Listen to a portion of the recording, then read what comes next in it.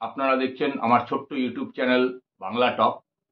আমি আপনাদের সামনে তাপস আমার আজকের প্রতিবেদন নিয়ে উপস্থিত হয়েছি।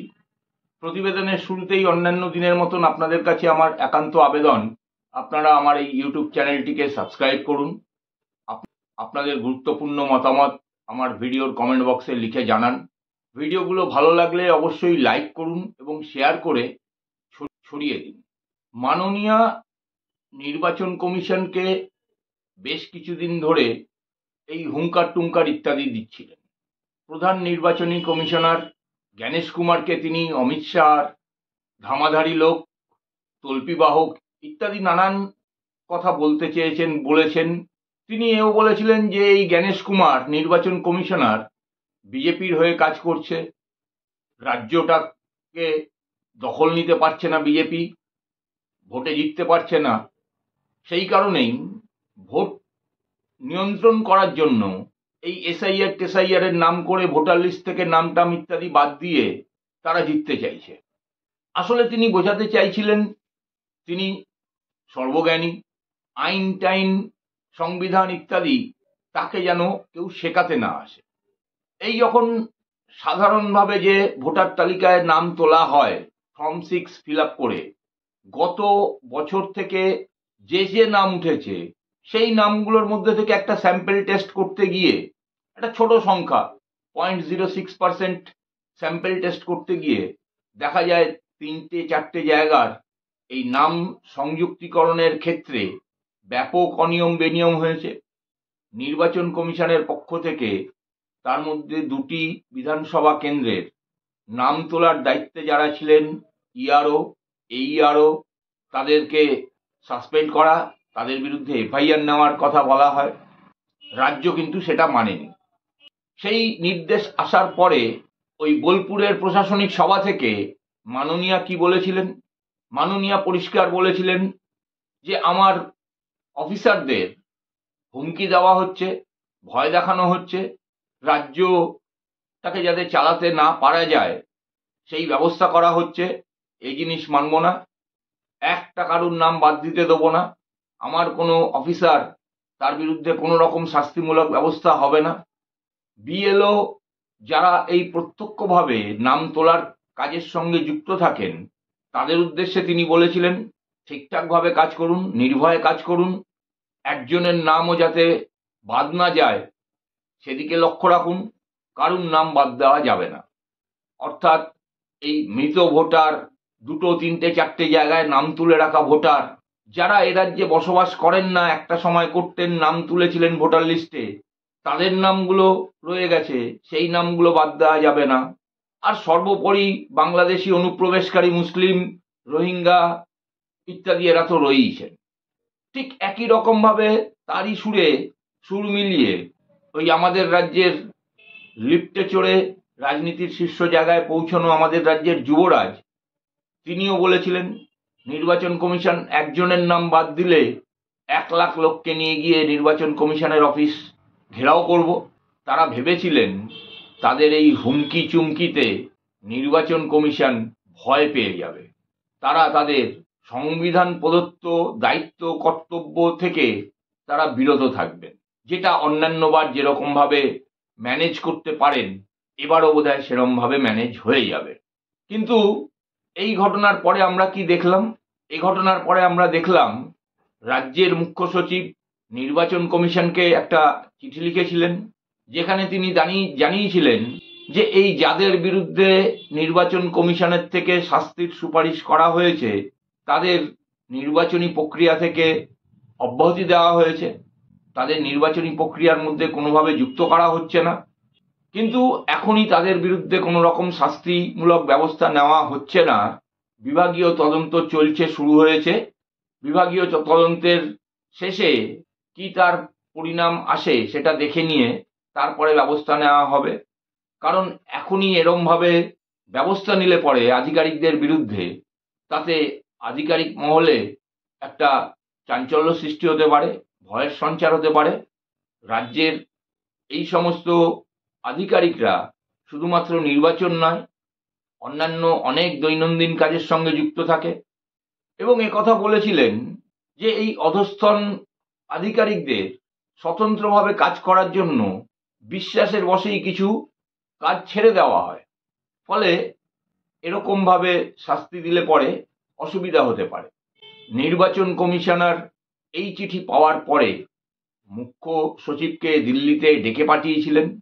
নির্বাচন কমিশনের ফুল বেঞ্চের সামনে 1.5 ঘন্টা ধরে তার আলোচনা হয় এবং আলোচনার পরে নির্বাচন কমিশন একেবারে পরিষ্কার করে মুখ্য সচিবকে জানিয়ে দেন এদের বিরুদ্ধে শাস্তিমূলক ব্যবস্থা নিতেই হবে এবং 21শে অগাস্টের মধ্যেই সেটা কার্যকর করতে হবে।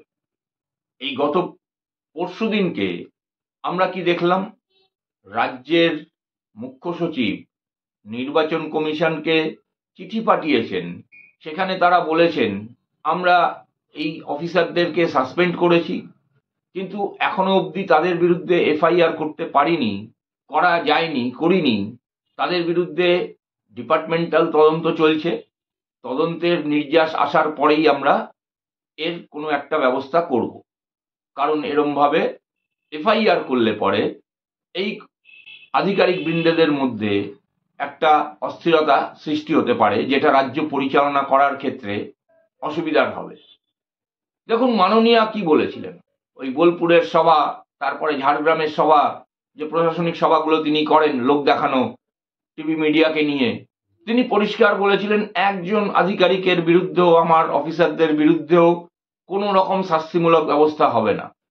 সাসপেন্ড করতে হলো তো, সাসপেন্ড না করে আপনি কিন্তু পার পেলেন না, অর্থাৎ আপনি যেটা বলেছিলেন সেটা করতে পারলেন না, সেই কথা রাখতে পারলেন না। আজকে শুনে রাখুন, এফআইআরও আপনাকে করতে হবে, এর কোনো অন্যথা হবে না। নির্বাচন কমিশন মানবে না। জ্ঞানেশ কুমার যথেষ্ট কড়া ধাঁচের লোক, তিনি আইনটা ভালো জানেন, সংবিধানটা বোঝেন। ফলে নির্বাচন কমিশন কি করতে পারে, কতদূর করতে পারে, এটা সম্পর্কে তার সম্যক ধারণা একেবারে পরিষ্কার এবং তিনি তার আইনের গণ্ডির মধ্যে থেকেই সমস্ত ব্যবস্থাটা কিন্তু আপনাকে দিয়েই করাবে। আর যদি মনে করে থাকেন নির্বাচন কমিশনকে এরকমভাবে ঘোল খাওয়ানোর চেষ্টা করবেন, তাহলে আপনি মূর্খের স্বর্গে বাস করছেন। আপনি জেনে রাখুন, সংবিধান নির্বাচন কমিশনকে যে অধিকার দিয়েছে, যে পাওয়ার দিয়েছে, সেখানে আপনার কোনো কিছু করার ক্ষমতা নেই। নির্বাচন কমিশনের কাজে বাধা দেওয়ার ক্ষমতা নেই। আজকে সাসপেন্ড করেছেন, কালকে আপনাকে এদের বিরুদ্ধে এফআইআর করতে হবে। এবং এই যে রাজ্য সরকারি কর্মচারী যারা এই কাজে যুক্ত আধিকারিক, ডাব্লিউবিসিএস কাউন্সিল, তারা চিঠি দিয়েছিল, আপনারা আশ্বাস দিয়েছিলেন তাদের যে না না আমরা দেখব, আমরা রাজ্য সরকারি কর্মচারীদের পাশে আছি, কোনো রকম কিছু হবে না। কি বলবেন এখন তাদের? আর ডাব্লিউবিসিএস কাউন্সিল, তাদের তো উচিত, তাদের যারা সদস্য রয়েছেন, যারা এই নির্বাচনী কাজের সঙ্গে যুক্ত, তাদেরকে পরিষ্কার করে বলে দেওয়া যে আপনারা সঠিকভাবে কাজ করুন, নিয়ম মেনে কাজ করুন, তাতে কার নাম থাকলো কার নাম থাকলো না কোনো কিছু দেখার দরকার নেই, কোনো রাজনৈতিক হস্তক্ষেপ মানবেন না, এগুলো তো আপনাদের ক্লিয়ার করে বলে দেওয়া উচিত। আপনারা তো সংবিধান হাতে নিয়ে, শপথ নিয়ে আপনাদের দায়িত্বভার গ্রহণ করেছিলেন। ফলে সংবিধানের ওপর আপনাদের তো দায়িত্ব কর্তব্য থাকে সংবিধানের অধিকারকে রক্ষা করার।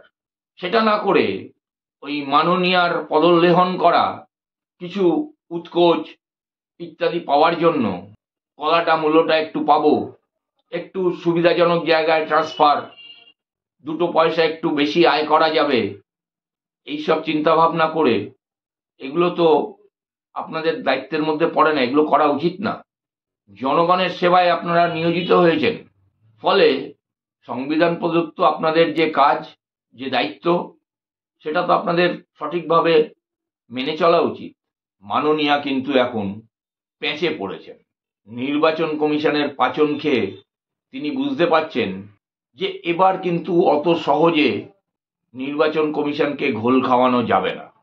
দেখুন, একেবারে শুরুতেই নির্বাচন কমিশনের পদক্ষেপগুলো যদি দেখেন, তাহলে তারা প্রথমেই ঘোষণা করেছিলেন, মুখ্য সচিবকে চিঠি দিয়েছিলেন যে নির্বাচনী সিও অফিস এ রাজ্যের, সেটাকে এই স্বরাষ্ট্র মন্ত্রকের আওতার বাইরে নিয়ে আসতে হবে। যে যে আধিকারিক এখানে নিযুক্ত হওয়ার, যারা এখনো হননি, তাদেরকে নিযুক্ত করতে হবে, অর্থাৎ ওই অ্যাসিস্ট্যান্ট সিও, ডেপুটি সিও ইত্যাদি এবং ইত্যাদি পদগুলোতে। এবং তারপরে যেটা তারা নির্দেশ পাঠিয়েছেন, যে অফিসে এখন নির্বাচন কমিশনের সিও দপ্তর রয়েছে, সেই দপ্তরের পরিবর্তন চেয়েছেন তারা, একটা বড় জায়গা। এগুলো করার একটাই কারণ, যাতে এ রাজ্যের নির্বাচন কমিশনের সিও দপ্তর স্বতন্ত্রভাবে কাজ করতে পারে। কারণ এতদিন পর্যন্ত আমাদের অভিজ্ঞতা রয়েছে, বিভিন্ন সময়ে নির্বাচন কমিশন রাজ্যের প্রশাসন দ্বারা নিয়ন্ত্রিত হয়েছেন। বিভিন্ন রাজনৈতিক দলগুলো অভিযোগ করেছে, ফলে তারা কিন্তু এবার একেবারে 26-এর নির্বাচনকে সামনে রেখে কোমর বেঁধে নেমেছেন এবং এসআইআর চালু করার আগে তারা সমস্ত জিনিসটা গুছিয়ে নিয়ে সম্পূর্ণ এসআইআর করে তারপরেই নির্বাচনে যাবেন। এক্ষেত্রে মাননীয়া যতই চেঁচামেচি করুক, যতই তর্জন গর্জন করুক না কেন, কোনোটাতেই কোনো কাজ হবে না। এবং তিনি এটা বুঝে গেছেন বলেই আজ দিশেহারা। এখন দেখবেন বেশ কিছুদিন ধরে নির্বাচন কমিশনের কর্মকাণ্ড নিয়ে তিনি আর কোনো বক্তব্য রাখছেন না। কারণ ওই যে বিহারের এসআইআর পদ্ধতি নিয়ে যে সুপ্রিম কোর্টে মামলা হয়েছিল, সেখানে সুপ্রিম কোর্টের মনোভাব তিনি বুঝতে পারছেন এবং সেই মনোভাব বুঝতে পেরেই তিনি কিন্তু রণে প্রায় ভঙ্গ দিতে চলেছেন। অবশ্যই আপনারা আপনাদের গুরুত্বপূর্ণ মতামত আমার ভিডিওর কমেন্ট বক্সে লিখে জানান। আজ এখানেই শেষ করছি। নমস্কার, ধন্যবাদ।